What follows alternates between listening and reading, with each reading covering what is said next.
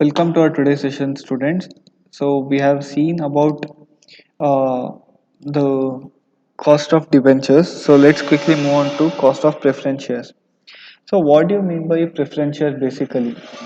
Preference share is a share in which you have a preferential right over the equity shareholders. When I'm talking about shares in general, there are two types of shares. One is preference shares, one is equity shares.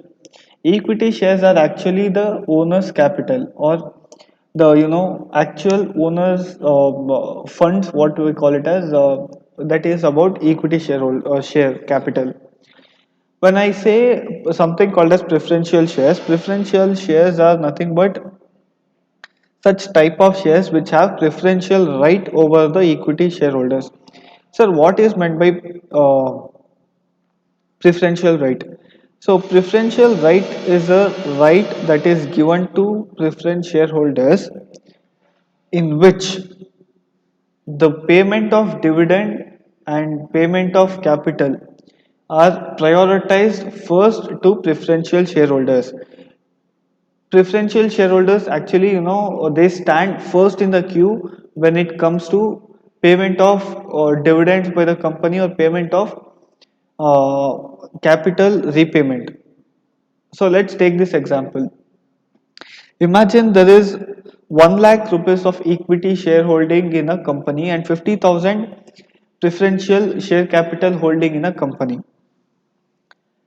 So the total share capital is 1,50,000, correct? But at the time of liquidation, there is a situation wherein the company is left out with only 1,20,000 rupees. The total share capital is 1,50,000. However, from the realization of all the assets, we are left with 1,20,000. Now, what do you do in this case? In this case, you are first supposed to pay the preferential share capital, that is 50,000. You pay it back to the preferential shareholders. So there, you are done and dusted with preferential share capital. Now, coming to equity shareholders, they had paid you 1 lakh rupees at the beginning of the company. I mean, at the incorporation of the company, they had paid you 1 lakh rupees. But now you are in a position to pay only 70,000 rupees because you were able to raise only 1,20,000 rupees, and that loss, correct? That loss belonged to the equity shareholders. I'll take one more scenario, right? Going to the next scenario. In this case, there are three sets of investors. First is debenture holders. Debenture holders had given you 50,000 rupees. Second set of investors are your preferential shareholders.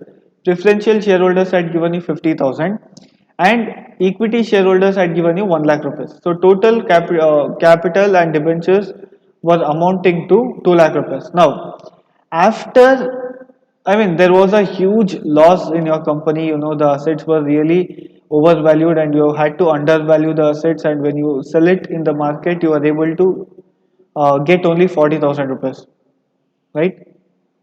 Out of this 40,000 rupees, you are first supposed to pay the debenture holders 40,000 rupees.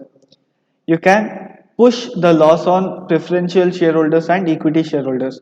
So what I mean, let's conclude this example. It simply means that in when you want to consider the priority of your payments of capital as well as dividend, first you are supposed to pay the debt holders or debenture holders, all the loans, right? First they are your priority. Next will be your preferential shareholders. Next you need to pay your preferential shareholders.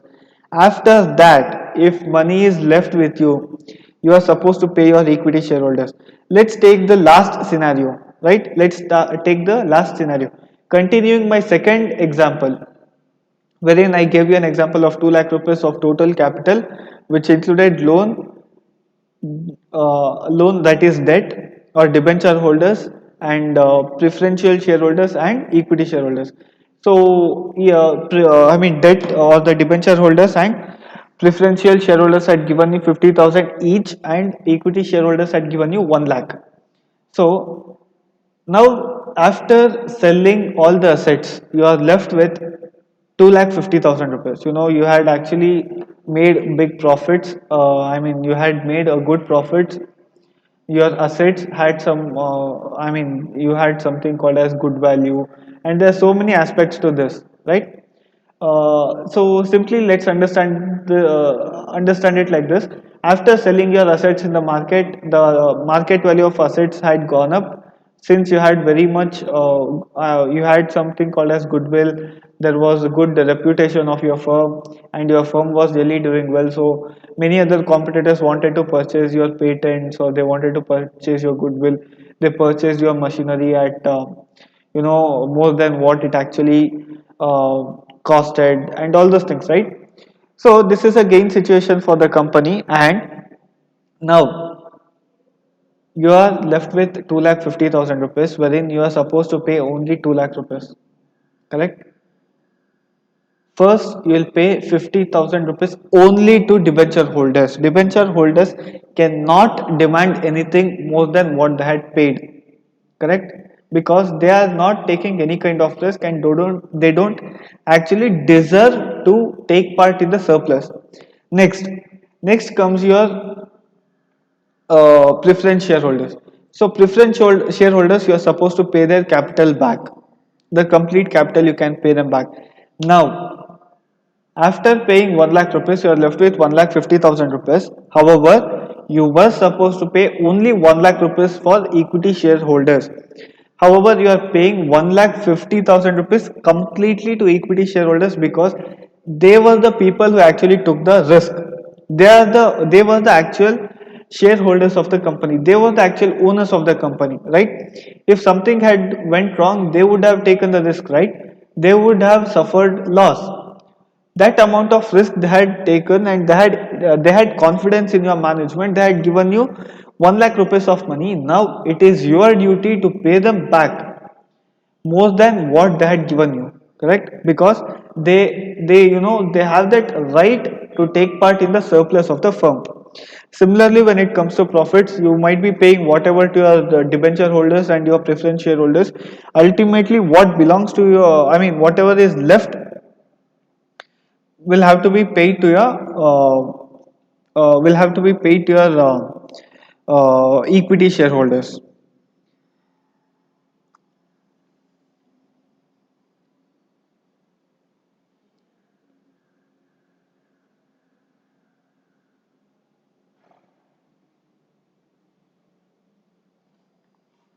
Right. That is about your preference shareholders. I mean, a backdrop of what exactly is preference shareholders. So, I hope you guys remember this slide. Okay, uh, I'll just put up that table again. A table which actually tells us, um,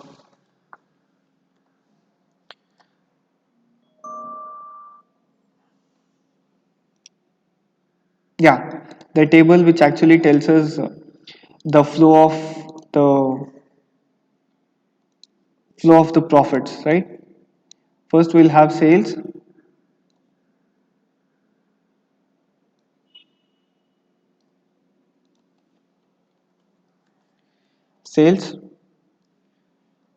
minus variable cost. You will arrive at contribution. Now you will deduct fixed cost. Now we will arrive at something called as EBIT, earnings before interest and tax. Now we will have to deduct interest. Now we will arrive at earnings before tax. Now you are supposed to deduct taxes. Then you will arrive at something called as earnings after tax. Now, after that, you are supposed to pay your preference. After paying your preference dividend, you will be left with something called as earnings available to equity shareholders. Correct? So this is the flow in which you are. Let me change this.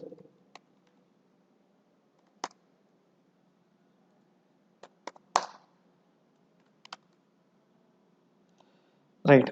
Let me just let's try to understand this again. So your preference dividend you are paying here, which means that you have already paid taxes on this EBT. After earnings before tax, you have paid something called as taxes to the government. So you don't actually get something. I mean, you don't actually get the tax benefit. You have already paid the tax, correct? So this will be your formula. So let's understand the formula. This is very similar to your cost of debt, but only difference is that you will not get that tax benefit because you are paying tax on the earnings before tax. I mean, after earnings before tax, you are paying something called as tax. So there is no point in keeping the tax component here. So there will be two types of preference shares. One is irredeemable, second is redeemable. Irredeemable, as you guys know, it is like it will go on forever. It's like perpetual. So, I mean, they don't have maturity period. It's like till the time the company survives in the market, or till the liquidation of the company, the preference shareholder share capital will be there, and you will be supposed to pay preference dividend. What is NR? NR is nothing but net receipts. And coming to redeemable preference shares, it's like I mean, it comes with a particular promising time when the company pays you back your preference capital. So the formula is that this is also very similar to your cost of debt, but you are not supposed to consider the tax aspect because you have already paid tax, right? There is no tax benefit in case of preference shares. So preference during okay. So this is about your cost of preference.